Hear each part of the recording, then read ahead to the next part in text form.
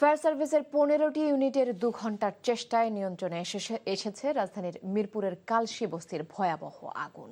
Fire service ও এলাকাবাসী জানায় ঘটনাস্থলে পানির সংকট এবং দাহ্য পদার্থের কারণে আগুন নিয়ন্ত্রণে বেগ পেতে হয়। রাত 9:30টার দিকে আগুন নিয়ন্ত্রণে আনে ফায়ার সার্ভিসের সদস্যরা।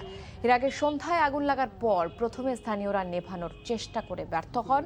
খবর পেয়ে ফায়ার সার্ভিসের 2টি ইউনিট ঘটনাস্থলে উপস্থিত হয়। পরে একে একে আরও 13টি ইউনিট আগুন নিয়ন্ত্রণে কাজ শুরু করে। যানজটের কারণেও ফায়ার সার্ভিসের গাড়ি পৌঁছতে বেগ পেতে হয়। তারা জানায় তদন্তের পর আগুন লাগার প্রকৃত কারণ এবং ক্ষয়ক্ষতি সম্পর্কে নিশ্চিত হওয়া যাবে।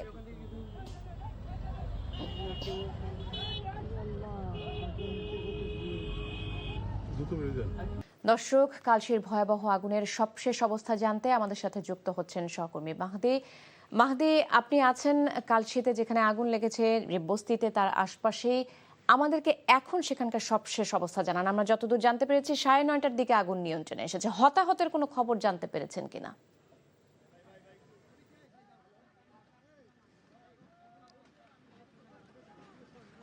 এখন পর্যন্ত হতাহতের কোনো খবর আমরা পাইনি, তবে আগুন পুরোপুরি নিয়ন্ত্রণে এসেছে। এখন শেষ সময়ে যেই পুরোপুরি নিভানোর যে কাজ, ভেতরে আরও কোনো আগুন কোনোভাবে ভেতরে আছে কিনা সেটি পর্যবেক্ষণ করছে ফায়ার সার্ভিসের পক্ষ থেকে। এখানে যেটা হচ্ছে, শেষ সময় যে এখানে যে সব বিভিন্ন দোকানপাট ছিল সেগুলো ভেঙে ফেলা হয়েছে এবং সেই ভেঙে ফেলা দোকানপাটগুলো এখন মূলত অপসারণ করা হচ্ছে, টিনগুলো সরিয়ে ফেলা হচ্ছে।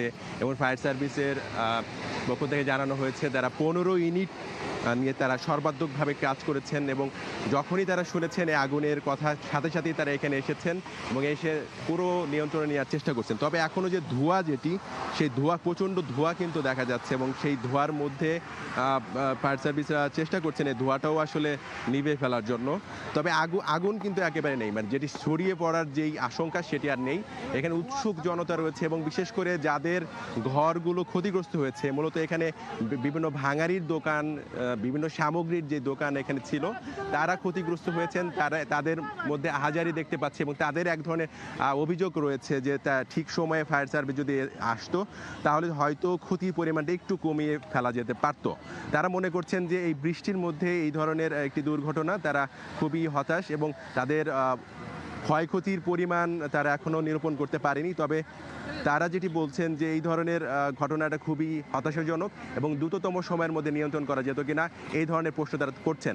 এখানে যেহেতু এটি প্রধান সড়কের পাশেই অবস্থান করছে এবং এইখানে ফায়ার সার্ভিসের গাড়িগুলো রাস্তায় আটকে রেখেছে, কারণ স্বাভাবিকভাবেই তারা এই অগ্নি নির্বাপনে কাজ করছে। ফলে এই আশেপাশে এলাকায় কিন্তু প্রচুর জ্যাম তৈরি হয়েছে।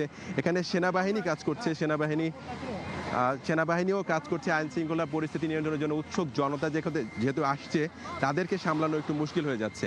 তো এখন পর্যন্ত আমরা হতাহতের কোনো কাহিনী বা কোনো ঘটনা আমরা জানতে পারিনি। তো সবশেষ যদি বলি যে আনুষ্ঠানিক যে ব্রিফিং, সেটি যদি করার পরে আমরা আসলে পুরো বিস্তারিত জানাতে পারবো যে কেমন ক্ষয়ক্ষতি হয়েছে বা এই ঘটনার সার্বিক পরিস্থিতি। তাসলিমা।